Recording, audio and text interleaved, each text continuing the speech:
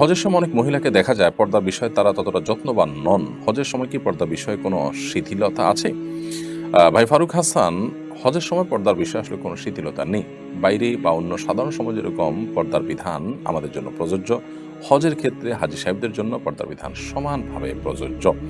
আম্মা জান আয়েশা রাদিয়াল্লাহু তাআলা আনহার একটি হাদিস আমরা জানি যে তিনি নবী সাল্লাল্লাহু আলাইহি ওয়াসাল্লাম যখন হজ করেছেন তিনি বলেছেন যে তারা নারী পুরুষ উভয়ের জন্যই এহরামরত অবস্থা মুখমণ্ডল খোলা রাখা হলো সাধারণ নির্দেশনা। তিনি বলেছেন, আমরা যখন নিজেদের আঙ্গিনায় মহিলা মহলে থাকতাম তখন তো এটি আমরা করতাম, কিন্তু যখনই এমন কোথাও যেতাম যেখানে পুরুষরা আছে, অন্য পুরুষ আমাকে দেখে ফেলবে মনে হয়, এরকম কোনো জায়গায় যখন যেতাম তখন আমাদের মাথার উপরে থাকা কাপড়কে টেনে দিতাম, অর্থাৎ আমাদের সৌন্দর্য, আমাদের চেহারাটা প্রদর্শন যেন না হয় সেজন্য উদ্যোগ নিতাম।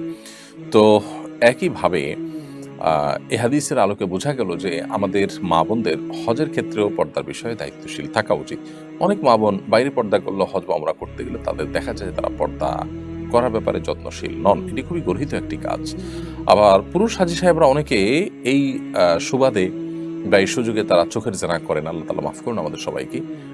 বিশেষ করে ভিনদেশি হাজী সাহেবরা যারা আছেন, অনেকে আছেন তারা আসলে পর্দার বিষয়ে তেমন বোঝেনই না।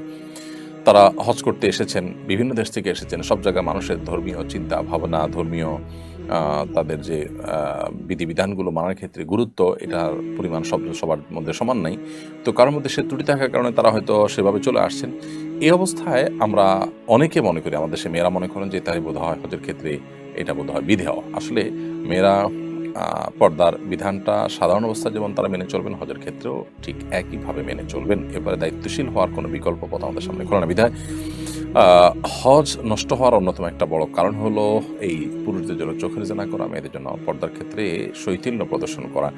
আরাফাতের মতো জায়গায় অনেক সময় নারী পুরুষরা ঢলাঢলি করে একসাথে থাকছেন, একই তাঁবুতে থাকছেন এবং সেই তাঁবুর মাঝখানে কোনো পার্টিশন দিচ্ছেন না, পর্দার কোনো ব্যবস্থা করছেন না। খুবই দৃষ্টিকটু এবং হজ নষ্ট হওয়ার মতো একটি বিষয়। ঠিক একইভাবে ওয়াশরুমে, অজুখানায় দেখা যায় যে আপনার মিশ্রণ পর্যন্ত হয়ে যাচ্ছে। অনেক পুরুষরা আছে মহিলাদের টয়লেটের আশপাশে যাচ্ছে, সেখানে কথা বলছে, ঘোরাঘুরি করছে। এগুলোও খুব গর্হিত এবং অন্যায় কাজ। হজের সময় পর্দার বিধানে কোনো শিথিলতা নেই, বরং অন্য সময়ের মতো এই বিধানটি এখানে পরিপালন করার গুরুত্ব রয়েছে, বরং আরও বেশি রয়েছে। কারণ হারামের এরিয়াতে কোনো নারী যদি তার সৌন্দর্যকে প্রদর্শন করে এবং সেটা যদি অন্য পুরুষদের ফিতনায় পতিত হওয়ার কারণ হয়, তাহলে তিনি অনেকগুলো মানুষের অপরাধের কারণ হলেন। সে দায় তাকে অবশ্যই নিতে হবে। এজন্য হজের ক্ষেত্রে আমাদের মা বোনদের এবং পুরুষদের সবারই পর্দার বিষয়ে আরও বেশি যত্নশীল এবং দায়িত্বশীল হতে হবে।